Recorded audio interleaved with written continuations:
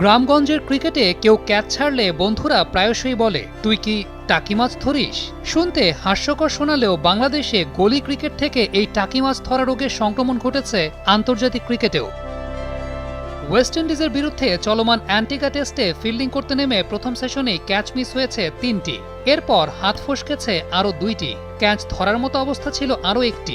সব মিলিয়ে উইন্ডিজের প্রথম ইনিংসে ক্যাচ নেওয়ার সুযোগ হাতছাড়া হয়েছে মোট ৬ বার। রানের খাতা খোলার আগেই জীবন পাওয়া ক্রেগ ব্রেথওয়েট আরও ২টি জীবন পেয়েছেন যথাক্রমে ১৬ এবং ৬৩ রানে।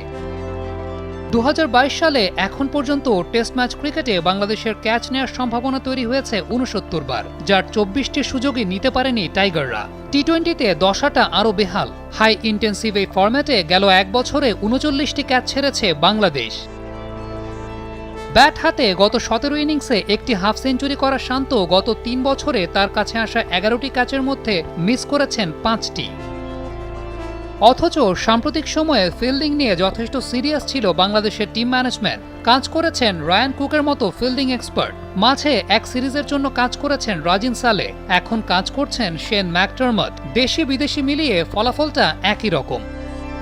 আন্তর্জাতিক ক্রিকেট ক্যাচ ধরা শেখার জায়গা নয়, বেসিক এবং চাপ নেয়ার ক্ষমতা আছে দেখেই এই খেলোয়াড়রা এই লেভেলে ক্রিকেট খেলতে এসেছেন। তবে দিনের পর দিন একই দিনে একাধিক ক্যাচ মিস করে মোমেন্টাম হারিয়ে ফেলাটা আন্তর্জাতিক পরিমণ্ডলে দৃষ্টিকটুই বটে। সৈয়দ আবিদ হোসেন সামি, যমুনা স্পোর্টস।